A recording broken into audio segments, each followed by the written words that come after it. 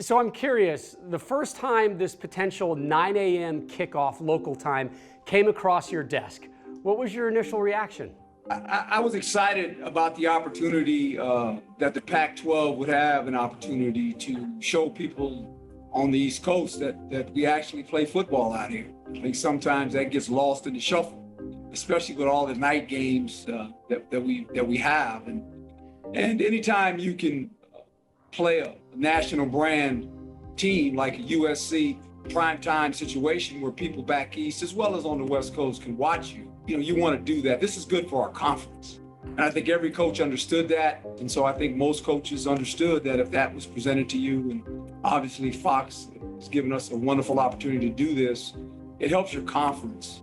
And so I was all for it. How has opening up with USC impacted your preparations?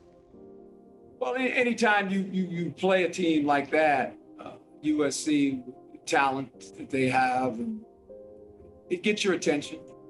There's no doubt about it. And I think, when you're a national brand, I mean, that's what happens. Your players understand that. But I also think for us, in the fact that we recruit the same athletes from Southern California, we go after the same players.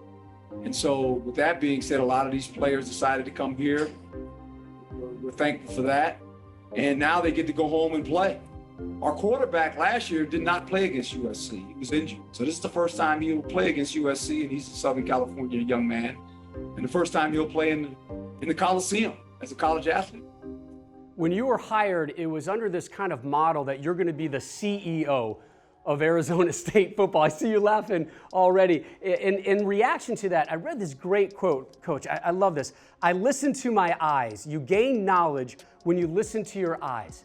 So what are your eyes looking for? My eyes are very simple when it comes to football. Are you passionate about this game? This is a game that it's only done collectively through everyone's eyes. Everyone has a role to play. And once you determine those roles, are you willing to sacrifice some things personally? Life like football, everyone's an independent contractor. They all want to make sure that what am I getting out of this, right? You got to give something back to football. That's part of the deal. And sometimes you don't get what you want right away. Are you willing to do that? Are you willing to put the work in? This is a game that you practice more than you play. Can you imagine all the practice hours these young people have put in on weights, the stoppage of practicing, and you started back up, and you're only gonna play 6 games. There's a lot of work in this thing. It's easy to play the game. Are you willing to prepare to play the game? That's what gives you confidence. It's all of the hours you put into this, right?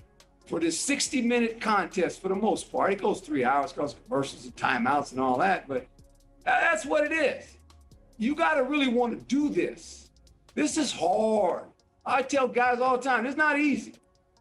You cannot cheat the game of football. It's impossible. You have to put the work in, because if not, you get exposed. I feel like you're on the verge of almost another classic rant. 18 years ago, right, was the you play to win the game, right? And I love it, and I think everybody relates to that. But I'm curious, that was to professional athletes. How does the I play to win the game translate to student athletes, particularly in a pandemic? Well, our subject matter and what we talk about here is real simple. It's 3 things. Be on time for everything. It means it matters and you care. Words and actions. Do they match up? Not when it's convenient, like all the time. And if not, don't say it. And the last one is compete. Compete. Just compete. Every day you get up, you got to come to work, you got to go compete. Whether you're in the working world, whether you're in television, whether you're a football coach, whether you're a football player, or you're a businessman, doesn't matter. Classroom, you got to compete. That's what we do. If you do those 3 things, if you just do those 3 things in life, you got a chance. You got a chance. You got a chance to have some success. I read where you and Jayden Daniels have daily communication, right? So what do you two have to talk about besides maybe what happened at practice or what's going to take place Saturday inside the Coliseum? We don't talk about football. That's too easy. And football's way too easy. We talk about life. We talk about him becoming a leader. And I talked to him about this. Enjoy being a college football player. Don't go too fast. Just enjoy it. Enjoy the moments and the memories that you're going to get to make. And then we talk about leadership. We have to be tied to the hip. At any level, the head coach and the quarterback are tied to the hip. That's important. We got to be on the same page. That is very, very important. That's what we talk about a lot. We just talk about life and certain things that he might have a question about, or I might ask him about, and it's a delightful conversation every morning. He just kind of walks in and says, "Coach," and I say, "Okay, what we got on the agenda today?" What was today's conversation? Oh, today's conversation was, "Coach, we're getting close." I said, "Yeah, we're getting real close, aren't we?" So you excited? I said, "You hadn't played in the Coliseum yet, have you?" He had a big smile on his face. Part of growing them up is life off the field. You know that very well. A couple months ago, you had your team meet with police. What was the conversation? What was the impetus for that? Well, obviously, it was one because of the social unrest. I said, we can't paint this picture with a wide paintbrush. It's like I kind of equated it to this. I said, I played on some football teams and have coached some football teams where, things go bad. You might lose a game or two, and all of a sudden, everybody's saying, well, those guys are no good. And I'm going, when you look at the tape, I played in a couple games. I had a couple of interceptions as a pro football player. And I hear a guy next to me say, "Man, we're awful." And I'm going, wait a minute. Don't put me in your category. I played pretty good. So I said, let's don't paint a broad brush. And let's just figure out, the police have a job to do. They're here to serve and protect. And I said, let's listen to their side of it and how they view it. Let's wear their shoes, right, for a moment. And so we can't paint this brush and saying, well, it's like a football player does something. You see it all the time, right? And football player gets in trouble, and all of a sudden it's on the bottom line somewhere, and they say, oh, and everybody says, that whole team is a mess. Or football players are like this. You can't do that. That's one individual. It doesn't make everybody that individual.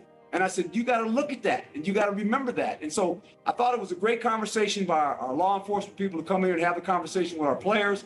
Our players were engaged in it. They asked questions. It was to open the door of communication. Life in the Pac-12 world for football has been really challenging lately, Coach. You had the sport taken away from you. It came back. You sit back and you watch all the other conferences return to play, and now you finally get to hit the field here in early November. When you're in that tunnel, in the Coliseum, and you turn around and you face your Sun Devils, what are you going to say to them? Enjoy the moment. I tell them that every time we play. Whatever you have in your body, leave it on the grass, and you can live with the consequences. I've always said that. I believe that as a player. Whatever I had, I was going to leave on the grass. And if you do that, you can live with it. Enjoy the moment, Coach. We can't wait to see you out on the field. Thank you, my friend. God bless you guys. Hey, thanks for watching. If you enjoy that clip, make sure you click subscribe somewhere down here. From game highlights to exclusive interviews and rankings, we've got everything you need as a college football fan right here, College Football on Fox.